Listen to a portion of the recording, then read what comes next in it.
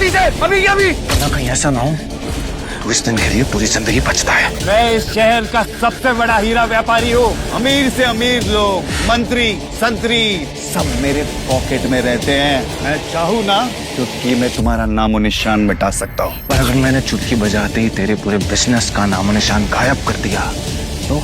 अभिनव ने अपना फोन निकाला और किसी को एक मैसेज भेजा। अगले ही पल उस अमीर आदमी को एक कॉल आया।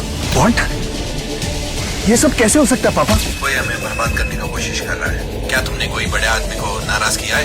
अगर किया है तो तुम अभी उससे माफी मांगो, वरना कल तक हम सड़क पर आ जाएंगे। आखिर तुम हो कौन? अभिनव गुड़गांव में रहता था और डिलीवरी बॉय का काम करता था। उसकी जिंदगी में बस एक ही खुशी थी, उसकी गर्लफ्रेंड वैभवी।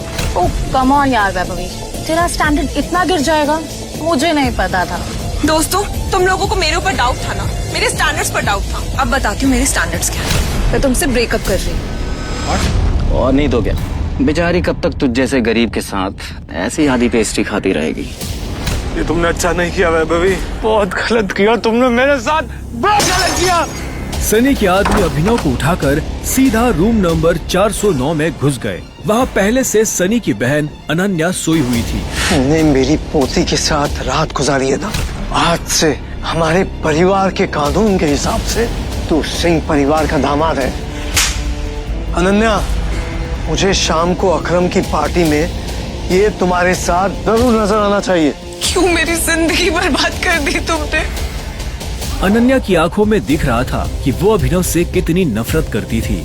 अभिनव भी पार्टी में इतने बड़े लोगों के बीच जाने से घबरा रहा था। उसी घबराहट में उसने कब अपने पापा की अंगूठी को उंगली में गोल गोल घुमाना शुरू कर दिया। इस अंगूठी को उतार दो प्लीज। सॉरी पर ये अंगूठी मेरा सब कुछ है। अकरम का घर किले जैसा था, जिसके चारों तरफ बाउंसर्स बंदूकें लिए खड़े थे। जैसे ही अनन्या और अभिनव अंदर आए तो इतने में उसकी नजर देवेन से टकरा गई। तू यहाँ क्या कर रहा है साले? Kiss my husband. अनन्या पागल हो गई हो तुम? इस सड़क चाप में ऐसा क्या देख लिया? किससे शादी कर ली? जुबान संभाल के बात कर। नहीं तो क्या कर लेगा तू? बोलना, क्या कर लेगा? क्या हो रहा है यहाँ? अकरम सर, ये क्रिमिनल है, जबरदस्ती अपनी पार्टी में घुसाया। तुम इस पार्टी में इनवाइटेड नहीं हो, चले जाओ यहाँ से। रुको। अकरम भागते हुए अभिनव के पास गया और उसकी अंगूठी को देखने लगा। मुझे तुमसे कुछ जरूरी बात करनी है, अकेले में, चलो। अकरम ने कहा और अभिनव का हाथ पकड़कर उसे अपने साथ अंदर ले जाने लगा। अनन्या, देवेन, सनी और पार्टी में मौजूद बाकी लोग ये देख हैरान हो गए थे। मैं तुम्हारी ये अंगूठी देखना चाहता हूँ, ऐसे मांगने वाला नहीं हूँ, बस मुझे इसमें कुछ देखना है, प्लीज।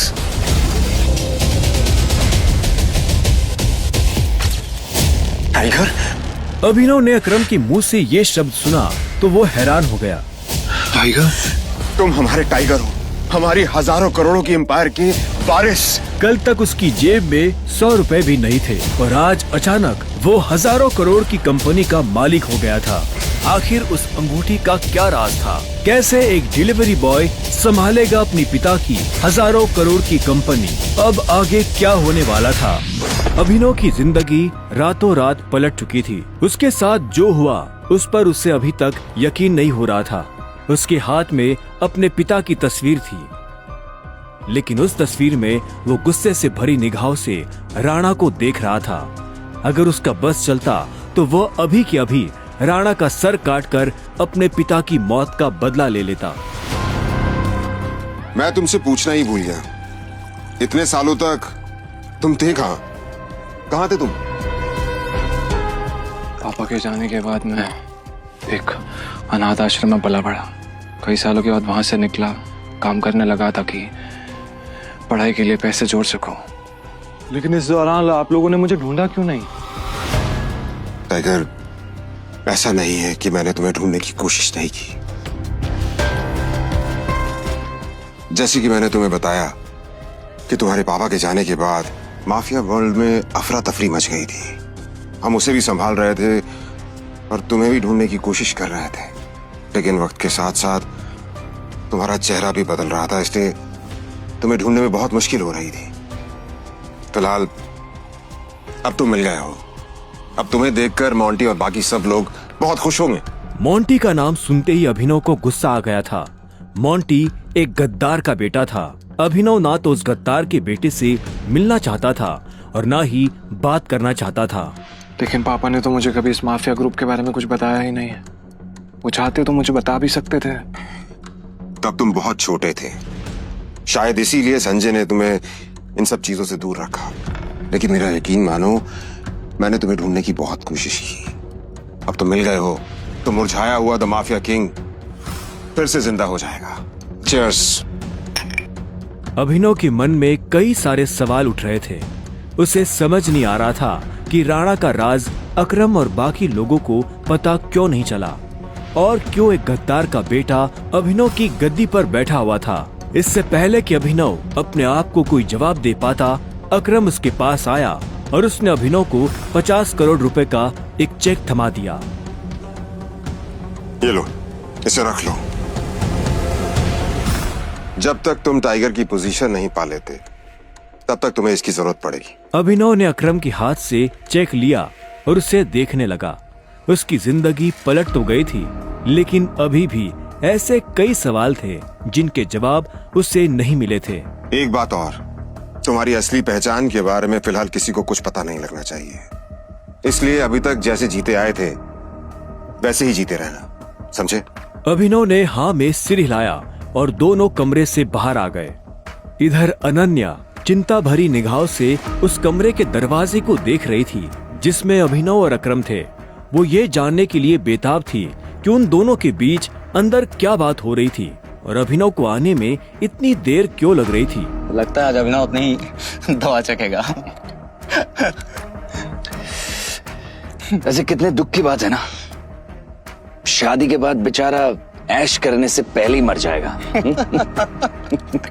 ये सुन अनन्या को झटका लगा। वो जानती थी कि अकरम के लिए किसी को मारना कोई बड़ी बात नहीं थी। अकरम सर जैसे गटर के चूहों को बर्दाश्त नहीं करते हैं, साफ कर देते हैं। देखना ये भी नहीं बचेगा।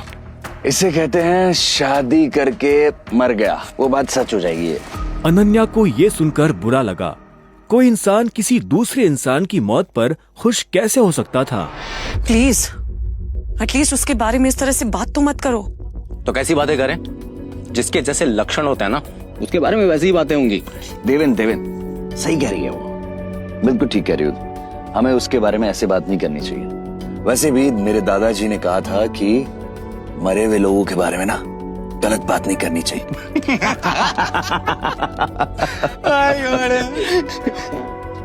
इससे पहले कि अनन्या कुछ कहती, अकरम अभिनव को लेकर बाहर आ रहा था।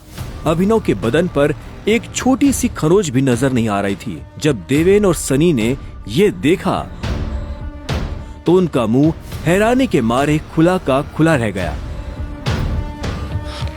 इसे देखकर तो लग ही नहीं रहा है कि अकरम सर ने इसे हाथ भी लगाया है। वैसे जितनी देर तक ये दोनों कमरे के अंदर थे अब तक तो इसकी नाक टूटी हुई होनी चाहिए थी, पर ये तो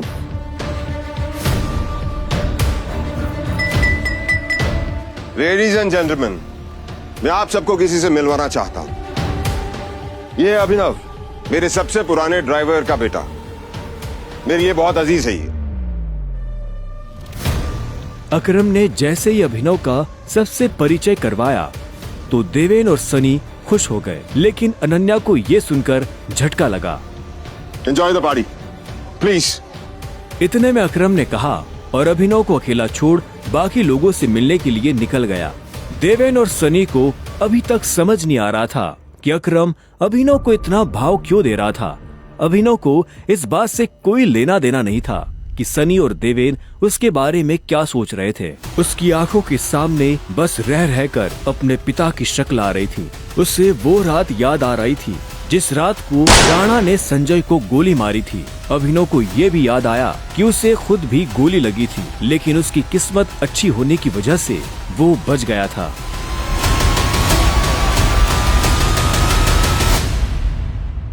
मुझे नहीं लगा था कि तुम अपने पैरों पर बाहर भी आ पाओगे। अच्छा, तुम्हें मेरी इतनी चिंता हो रही थी? ओ प्लीज, मुझे चिंता नहीं हो रही थी, बस तुम्हें तो अपनी चिंता होनी चाहिए ना। अगर जिंदा रहना चाहते हो तो थोड़ा बच कर रहो। अकरम सर ने तेरे से अंदर क्या बात की बता। उन्होंने मुझसे कहा कि अगर देवेंद्र जैसा गधा तुझसे सवाल पूछे तो उसे जवाब मत देना। हरामखोर। देवेन ने उसे गाली दी, लेकिन अभिनव पर उसका कोई असर नहीं हुआ। उसके दिमाग में इस वक्त पहले से ही कई जरूरी चीजें घूम रही थी। इसके बाद पूरी पार्टी के दौरान अनन्या ने अभिनव से कोई बात नहीं की। मेरा घर यहाँ से पास में है, वहीं ले लो। तुमने सोच भी कैसे लिया कि मैं तुम्हारे साथ तुम्हारे घर आ रही हूँ? तुम्हारी हालत ऐसी है तो पता नहीं तुम्हारी घर की हालत कैसी होगी। तुम मेरी पत्नी हो, मेरे साथ नहीं रहोगी तो किसके साथ रहोगी? सुनो, अपनी ये 2 कौड़ी का लॉजिक ना अपनी जेब में रखो। पहले तुम मुझे ये बताओ, तुम मेरे बिस्तर में कैसे आए? ये सवाल तो मैं भी तुमसे पूछना चाहता हूँ। अच्छी बात है, लेकिन मैं तुम्हारे साथ तुम्हारे घर रहने नहीं आ रही हूँ, मैं अपने घर जा रही हूँ, ठीक है? और अगर इन फ्यूचर मजबूरी भी रहे ना तो मैं तुम्हारे साथ तुम्हारे घर में नहीं रहूंगी, तुम मेरे घर रहने आओगे एक नौकर की तरह, समझे? अभिनव ने पहले उसे देखा और फिर अपनी उंगली में पहनी हुई उस अंगूठी को देखने लगा। अगर आज वो अंगूठी नहीं होती तो पता नहीं उसका क्या होता।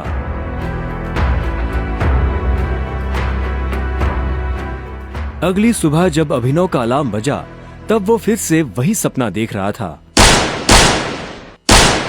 अलार्म की आवाज सुन वो झटके से उठा और अपने बिस्तर पर बैठ गया। उसने उठते ही मन सबसे पहले अकरम को धन्यवाद दिया, जिसने उसके पिता की कंपनी को इतने सालों बाद भी जिंदा रखा, लेकिन साथ ही उसे अपने पिता को खोने का मलाल भी था। इसी ख्याल के साथ अभिनव बिस्तर से उठा और अपने काम पर जाने के लिए तैयार होने लगा। अकरम के हिसाब से उसकी डिलीवरी बॉय की जॉब उससे अपनी पहचान छुपाने में काफी मदद कर सकती थी। अभिनव ने अपनी जेब में अकरम का दिया हुआ चेक डाला और घर से निकल गया। 1 घंटे बाद जब वो अपनी बाइक से ऑफिस आया और कॉरिडोर में चलने लगा तो उसे पीछे से आवाज आई। A delivery boy! यह आवाज उसके साथ काम करने वाले हरीश की थी। उसे ऑफिस में अपना काम करने की नहीं, अभिनव को चिढ़ाने की तनख्वाह मिलती थी। क्या हुआ, कुछ काम है? मुझे देर हो रही है। हाँ, अबे तुझे किसी मीटिंग में जाना है, बॉस तुझे बुला रहा है। और भाई कल तू कहाँ चला गया था बिना बताए? अपने बाप की बारात में गया था क्या? ये सुन अभिनव की नसें गुस्से में फटने को आई थी। वो चाहता तो अभी हरीश के सारे दांत एक मुक्के में अलग कर सकता था, लेकिन उसने अपने आप को शांत किया और उसकी बात का जवाब दिए बिना अपने बॉस के कैबिन की तरफ बढ़ने लगा। Good morning sir. ऐसा क्या है गुड इस मॉर्निंग में? अभिनव के पास इस सवाल का कोई जवाब नहीं था। गुड क्या रहा है? अपना सामान बांध और निकल यहाँ से। You are fired!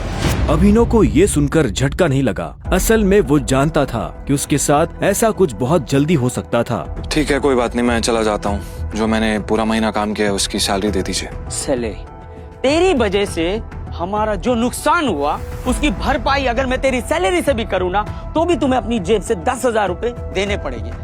शुक्र मना कि वो मैं तुझसे नहीं मांग रहा, इसलिए चुपचाप निकल यहाँ से। क्या बोल रहे हो सर आप? क्या मेरे एक दिन आने में आपका 25,000 का नुकसान हो गया? मैं तब तक यहाँ से नहीं जाऊंगा जब तक मुझे मेरी सैलरी नहीं मिल जाएगी। सैलरी दीजिए। सैलरी? रुक, अभी देता हूँ तुझे तेरी सैलरी। उसके बॉस ने कहा और टेबल पर रखी घंटी बजा दी। अगले ही पल कमरे का दरवाजा खुला और 4 बाउंसर अंदर घुस आए। उठाकर बाहर पटको साले को।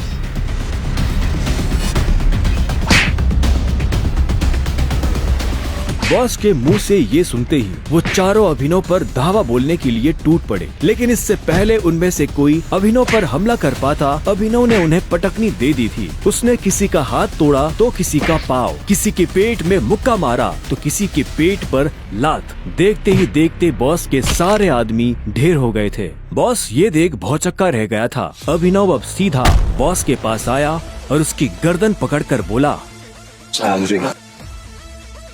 बॉस ने घबराहट में अपने ड्रॉर से कैश निकाला और कांपते हाथों से अभिनव को थमा दिया। अभिनव ने कैश देखा और बॉस की गर्दन छोड़ वहाँ से बाहर निकलने लगा। इससे पहले कि वो बाहर आता उसने बॉस की आंखों में देखा और बोला, और एक बात याद रखना, अगर आज के बाद किसी के बाप पे गया ना तो गर्दन तेरी होगी, पंजा मेरा। ये सुन बॉस के होश उड़ गए थे। उसे पता था कि अभिनव एक गुस्सेल आदमी है, लेकिन उसने कभी उसका गुस्सा देखा नहीं था। इधर अभिनव भी जब ऑफिस से बाहर आया तो उसे एक अनजान नंबर से फोन आया। अभिनव ने फोन उठाया। हेलो, कौन? टाइगर, अकरम। हाँ कहिए। मुझे तुम्हें किसी से मिलवाना है। वो भी हमारे माफिया वर्ल्ड का एक बहुत बड़ा नाम है, और साथ ही साथ तुम्हारे पापा और मेरा जिगरी यार भी। बलराज, मैं चाहता हूं कि बलराज को पता चल जाए कि हमारा टाइगर वापस लौट आया है, इसलिए शाम को साथ में डिनर करेंगे होटल सफायर में। एड्रेस तुम्हें भेज रहा हूँ, ठीक है? क्या आपको सच में लगता है मुझे बलराज जी से मिलना चाहिए? वो अभी तक बलराज के नाम से कांप रहा था। अकरम भी उसकी घबराहट समझ गया था। बलराज जी, सिर्फ बलराज कहो। तुम टाइगर हो यार, और जंगल में सारे जानवर टाइगर के नाम के आगे जी लगाते हैं, लेकिन टाइगर कभी किसी जानवर के नाम के आगे जी नहीं लगाता। चलो शाम को मिलते हैं, बाय। अकरम के मुंह से ये बात सुनते ही अभिनव का कॉन्फिडेंस बढ़ गया था। वो अब उस टाइगर जैसा महसूस कर रहा था जो जू से निकलकर जंगल में आ गया हो। अभिनव अपने पुराने ऑफिस से निकलने के बाद अपने घर आ गया था। वो इतने आराम से अपने बिस्तर पर आखिरी बार कब लेटा था उसे याद ही नहीं था। वो बड़ी एक्साइटमेंट के साथ कमरे के दरवाजे की तरफ देख रहा था। Pizza delivery. सर, ऑर्डर सिर्फ 500 का था, आपने मुझे 1000 क्यों दिए? तुम डिलीवरी वाले बहुत मेहनत करते हो दोस्त, ये 500 रुपए तुम्हारी टिप। Thank you sir. इधर अभिनव उस पिज्जा बॉक्स को ध्यान से देख रहा था। उसे याद नहीं आ रहा था कि उसने आखिरी बार पिज्जा कब खाया था। वैभवी और अपने लिए घर लेने के चक्कर में उसने अपनी कितनी इच्छाओं को मारा था, इसका एहसास उसे आज हो रहा था। लेकिन अब वो रुकने वाला नहीं था। शाम को अभिनव होटल सैफायर जाने के लिए तैयार होने लगा था। उसने ग्रे कलर की शर्ट और ब्लैक कलर की पैंट पहनी थी। अभिनव के पास पहनने के लिए इससे अच्छा और कुछ नहीं था। जैसे उसने होटल को बाहर से देखा तो देखता ही रह गया। उसने आज तक इतने बड़े होटल को इतने पास से नहीं देखा था। रुको,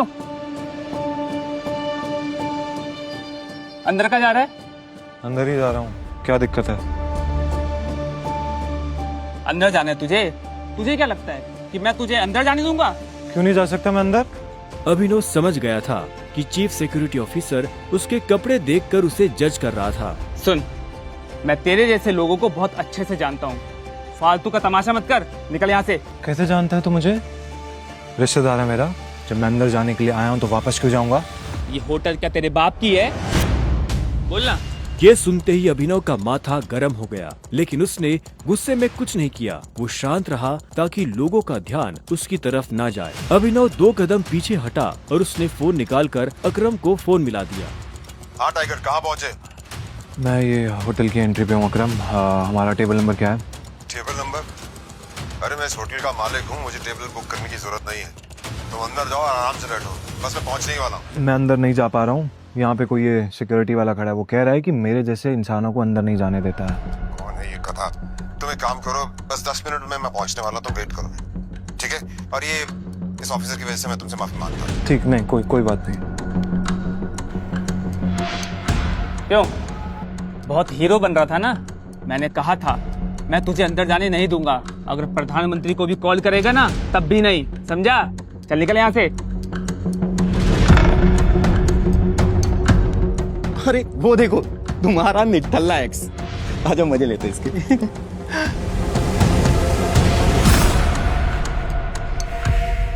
इससे मैंने अपना बॉयफ्रेंड कभी माना ही नहीं। वैसे भी मैं अपनी से छोटे लोगों से बात नहीं करती, मुंह नहीं लगती उन्हें बॉयफ्रेंड क्या बनाऊं। तुम छोटे आदमी के मुंह नहीं लगती होगी, लेकिन ये छोटा आदमी तुम्हें एक सलाह देना चाहता है। इंसान की पहचान उसकी जुबान से होती है। जुबान संभाल के बात करो, वरना किसी दिन यही जुबान तुम्हारी जान ले लेगी। वाह, क्या बात कही है। ताली बजाओ। Very nice. तो फिर तुमसे तुम्हारे पैर क्यों नहीं संभाले गए? यहाँ कैसे चले आए? पिए हुए हो क्या? अकरम ने बुलाया मुझे यहाँ पे। अच्छा, अरे हाँ याद आया। अकरम सर ने उस दिन कहा था तू उनके किसी ड्राइवर का बेटा है, तो यहाँ अपने बाप की जगह ड्राइवर की नौकरी मांगने आया क्या? सही है, लेकिन वो रखेंगे नहीं। तेरे जैसे गरीब को वो ड्राइवर भी नहीं रखेंगे। आए हो मतलब तुम्हें बुलाया नहीं गया? वो उठा के चले आए। भिखारी कहेंगे। आया नहीं हूँ, बुलाया मुझे, अकरम ने बुलाया। मुझे पता ही था ये कोई पागल है। तभी वहाँ एक काले रंग की चमचमाती हुई महंगी सी गाड़ी आकर खड़ी हो गई। सभी पलटकर गाड़ी को देख रहे थे। अकरम गाड़ी से बाहर निकला और उसके साथ एक और आदमी था। वो देखने में लंबा चौड़ा और मजबूत था। वो और कोई नहीं बल्कि बलराज था। वो एक बहुत ही फेमस कपड़ों की कंपनी का मालिक था और साथ ही द माफिया किंग का एक मजबूत पिलर। उसे देख अभिनव की आंखें खुली की खुली रह गई। उसने बलराज के बारे में सुना था। क्या आपको सच में लगता है मुझे बलराज जी से मिलना चाहिए? उसे तस्वीरों में देखा था, लेकिन तस्वीरों में देखने और सामने से देखने में जमीन आसमान का अंतर नजर आ रहा था। उसके मन में ये सवाल उठ रहा था कि आखिर बलराज उससे क्यों मिलना चाहता था। क्या चल रहा है यहाँ? सॉरी सर, लेकिन इस आदमी ने मुझे और कस्टमरों को काफी परेशान किया हुआ है। मैं स्टोर को अंदर जाने से रोक रहा हूँ तो ये यहाँ पे तमाशा कर रहा है। क्या तुम्हारी हिम्मत कैसे हुई इसे चोर कहने की? तुम होते कौन हो इसे अंदर जाने से रोकने वाले? ये होटल तुम्हारे बाप ने खोल रखा है क्या? ये मेरा मेहमान है और तू आज के बाद इस होटल के आसपास भी दिखाई दिया ना तो तेरी टांगे तोड़वा दूंगा। Get lost. Sorry sir.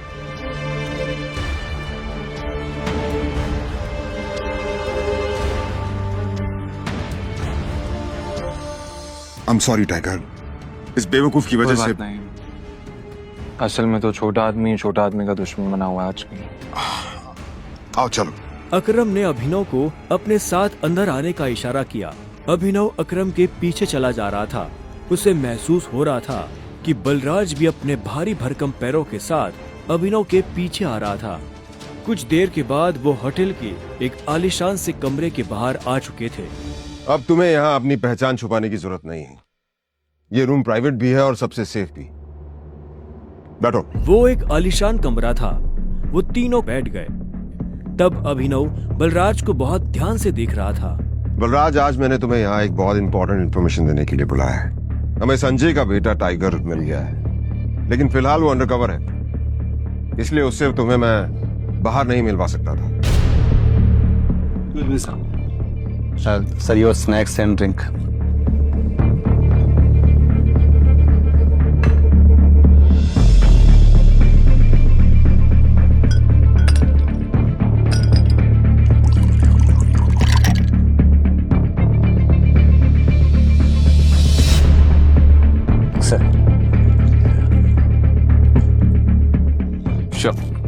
Cheers. Cheers.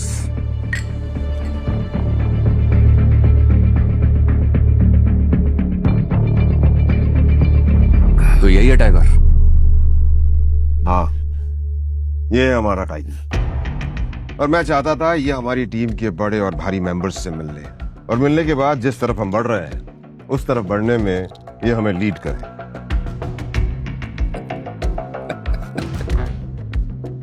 माफ करना दोस्त, पर मुझे थोड़ी हंसी आ रही। वो क्या है ना, सब कुछ तो तू ही बोल रहा है। हमारा ये टाइगर गूंगा है क्या? हाँ? बलराज, तुम्हें टाइगर के बारे में इस तरह से बात नहीं करनी चाहिए। माफ करना दोस्त, माफ करना। बोलना अच्छी लगी मुझे तुम्हारी। अच्छा,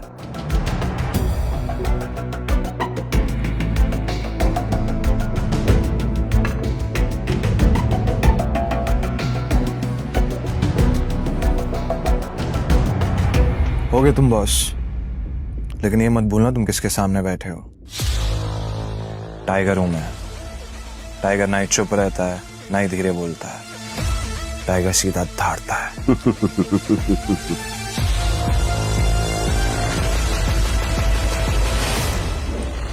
तो तुम टाइगर हो, ठीक है?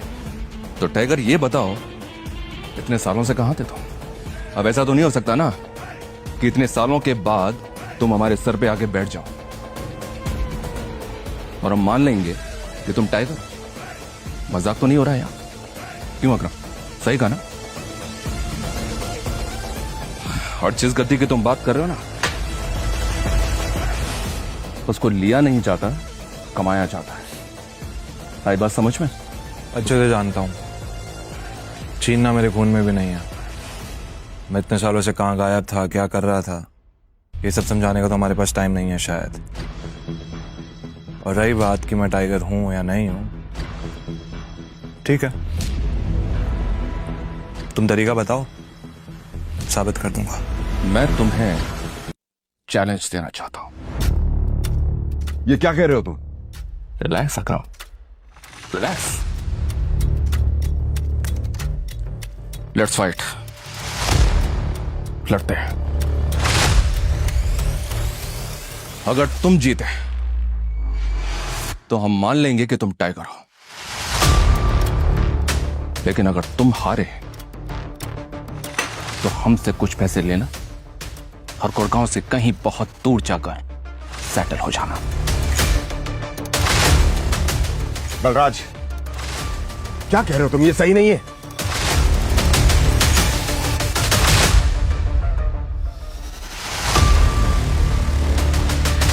Let's fight.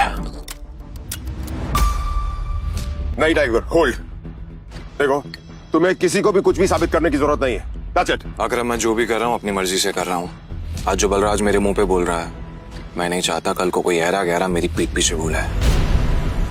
अकरम ने अभिनव की आंखों में संजय जैसे तेवर देखे तो उसने एक गहरी सांस ली और सब ऊपर वाले के भरोसे छोड़ दिया।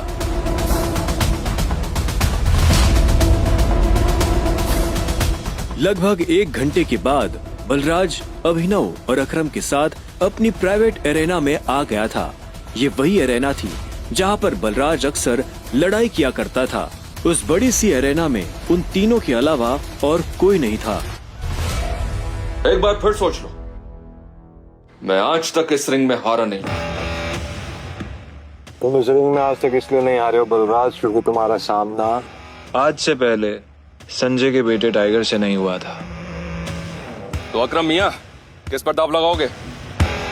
मुझ पर या इस पर? बेवकूफों जैसी बात मत करो।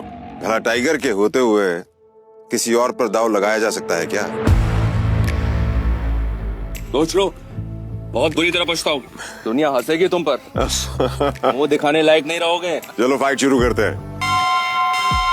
अभिनव ने बलराज को ऊपर से नीचे तक देखा। वो देखने में भारी था और अभिनव उसके इसी भारीपन पर वार करने वाला था। दोनों के बीच लड़ाई शुरू हुई।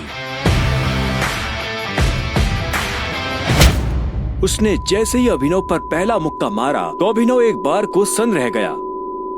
और एक बात हमेशा याद, अपनी आखिरी सांस तक लड़ना है। समझ गया ना टाइगर? ये किसको लेकर आ गए? ये हम पे राज करेगा? हाँ, मैंने कहा था ना कि कोई भी हमारे सर पे आकर बैठ जाएगा और बोलेगा कि मैं टाइगर हूं, और हम मान लेंगे? बिल्कुल नहीं। Come on. उसका मुक्का अभिनव की नाक तोड़ता उससे पहले ही अभिनव को होश आ गया और उसने अपना सर नीचे झुका लिया। बलराज का मुक्का खाली गया और वो पलटकर अभिनव को देखने लगा। अभिनव गंभीर था। उसे याद आ रहा था कि बचपन से ही उसके पिता संजय ने उसे लड़ना सिखाया था। बलराज को इस बार गुस्सा आया। वो फिर से तेजी से अभिनव की तरफ बढ़ा और अभिनव ने झुक करके उसके पैर पर लात मार दी। बलराज अपने आप को संभाल नहीं पाया। अरे बलराज, सरेंडर कर दो। क्यों अपना रिकॉर्ड खराब कर रहे हो? मैं बाहर किसी से नहीं कहूंगा कि तुम टाइगर से हार गए। बलराज एक के बाद एक अभिनव पर मुक्के बरसाना शुरू कर दिए। अभिनव ने अपने आप को उसके मुक्कों से बचाया।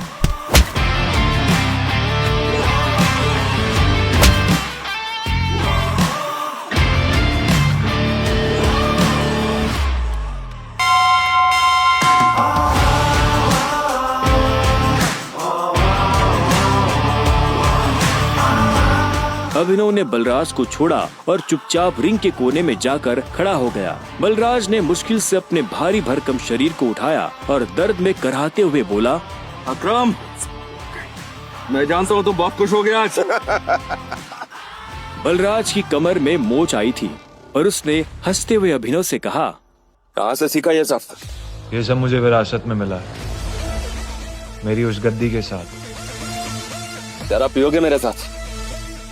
आज की पार्टी मेरी तरफ से। बलराज, ऐसे नहीं कहते, ऐसे कहते हैं कि टाइगर जी, क्या आप मेरे साथ शराब पिएंगे, पार्टी करेंगे? इस तरह। टाइगर जी, क्या आप आज मेरे साथ शराब पीना पसंद करेंगे, पार्टी करेंगे? हाँ, ओके। राइट, क्यों नहीं?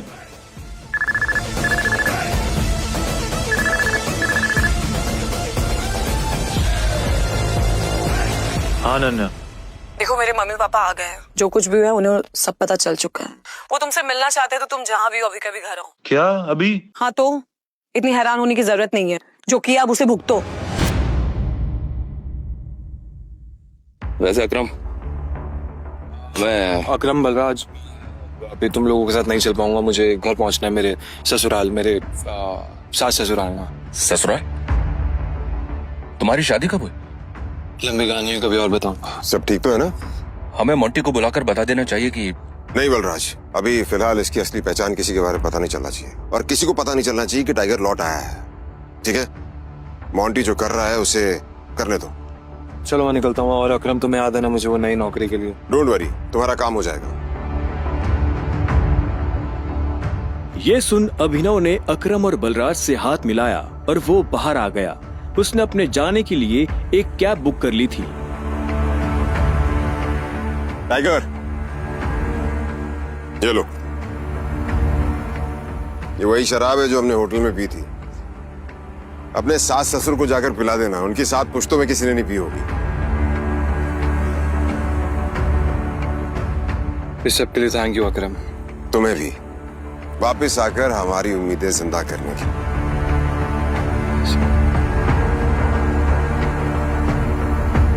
अब आजा कि अंदर रिंग में ही रहेगा। कुछ देर के बाद गाड़ी अनन्या के घर के बाहर आकर रुकी। अभिनव नीचे उतरा और गहरी सांसें लेते हुए घर के अंदर पहुंच गया।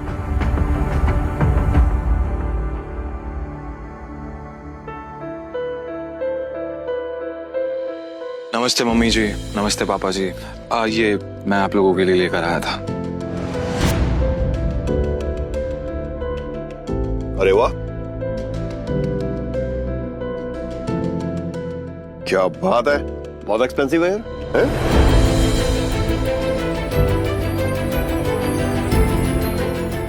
क्या खुशबू है, देख। क्या तुम भी? मुझे तो लगता है ये बॉटल्स कहीं से चोरी करके लाया होगा। तुम्हें लगता है इसके जैसा आदमी इतनी महंगी शराब अफोर्ड कर पाएगा? और तुम ये सब क्यों लाए हो यहाँ पे? हमारे बेटे के साथ जबरदस्ती करने के बाद हमें रिश्वत देना चाहते हो तुम? वो भी चोरी की हुई शराब?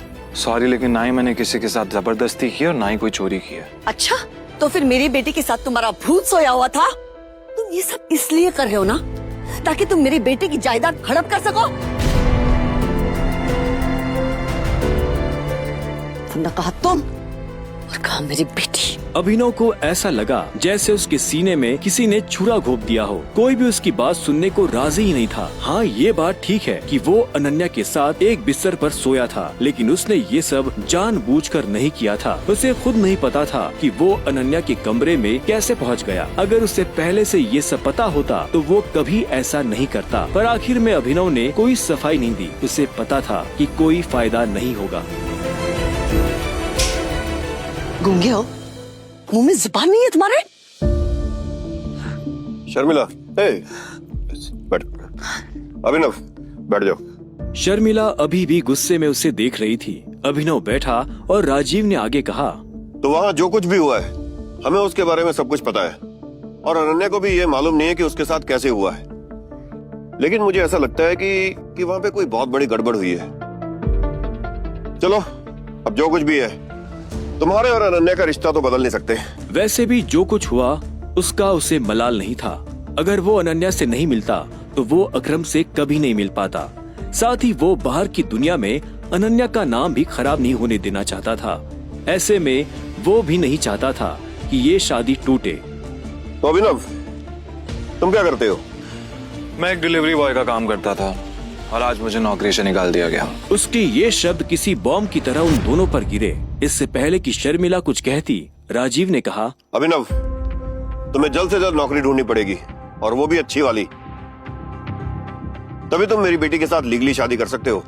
चलो, अब तुम जा सकते हो। अभिनव उठा और बाहर निकलने लगा। इतने में शर्मिला के गुस्से में और एक उबाल आया और वो अभिनव के पीठ पीछे बोली, देखा कितना ढीठ है ये? ओवर कॉन्फिडेंस तो देखो इसका। जेब में 10 रुपए नहीं है, और चल ऐसे रहा है जैसे जंगल का टाइगर हो। राजू, तुम्हें लगता है इस जैसे लीडर को कोई नौकरी पे रखेगा? रखेगा नहीं, रखेंगे। मेरे लिए काम की कमी नहीं है। सुना तुमने? राजीव भी अभिनव की बात सुन हैरान हो गया। इतने में अभिनव शर्मिला के पास आया और बोला, अगर मुझे एक अच्छी नौकरी मिल गई तो क्या आप मुझे ये साबित करने का मौका देंगी कि मैं अनन्या से शादी करने के लायक हूँ? सी बड़ा कॉन्फिडेंस है। अरे भाड़ में जाए ऐसा कॉन्फिडेंस। और तो नौकरी का मतलब ये नहीं है कि कल के तुम किसी पार्किंग लॉट में जाके बैठो और लोगों की गाड़ियों की रसीद पढ़ो। मेरा मतलब है नौकरी जैसी नौकरी, असली नौकरी, सही वाली नौकरी। और अगर कल तक तुम्हें ऐसी नौकरी मिल जाती है ना, तो तुमने जो कुछ भी अभी कहा उसके बारे में एक बार सोच सकती हो। शर्मिला से ये सुनते ही अभिनव के चेहरे पर बड़ी सी मुस्कान आ गई। शर्मिला को नहीं पता था कि अभिनव कौन है और उसके पीछे किसका हाथ है। उसने मुस्कुराते हुए हाँ में सिर हिलाया और घर के अंदर जाने लगा। रात बहुत हो चुकी थी और उसे पता था कि इस वक्त वो अपने घर नहीं जा सकता था। उसने सोचा था कि वो अनन्या के कमरे में जाकर सो जाएगा। वैसे भी अब दोनों पति पत्नी थे। ऐसे में अभिनव जैसे तैसे उस बड़े से घर में अनन्या के कमरे के बाहर पहुंच चुका था। क्या है?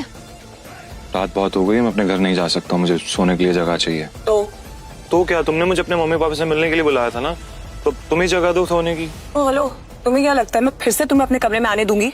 तो मैं और कहाँ जाऊंगा? मुझे नहीं पता, जो करना करो, बट पैर वरना मैं तोड़ दूंगी। अभिनव पहले तो नहीं डरा, पर जब दरवाजा उसके पैर को छूने ही वाला था कि उसने अपना पैर पीछे खींच लिया। अनन्या ने दरवाजा बंद किया और दूसरी तरफ से चिल्लाते हुए बोली, नौकरों की जगह ना मालिकों के कमरों में नहीं, घरों के स्टोर रूम्स में होती है।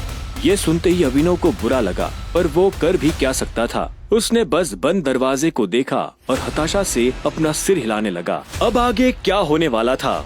कहाँ सोने वाला था अभिनव? और क्या उसे इस घर में कभी इज्जत मिल पाएगी? और क्या होगा जब अनन्या के घर वालों को अभिनव की असली पहचान के बारे में पता चलेगा? इन सभी सवालों का जवाब पाने के लिए बस अपनी स्क्रीन पर नीले बटन को क्लिक करें, फिर प्ले स्टोर खोलने के बाद पॉकेट FM ऐप इंस्टॉल करें और फिर अपने मोबाइल नंबर से रजिस्टर करें। अब आप पॉकेट FM की ढेरों मजेदार कहानियाँ सुन सकते हो। सुनने के लिए तुरंत डाउनलोड करें पॉकेट FM और सुने ये दिलचस्प कहानी द रिटर्न ऑफ टाइगर, बिल्कुल मुफ्त।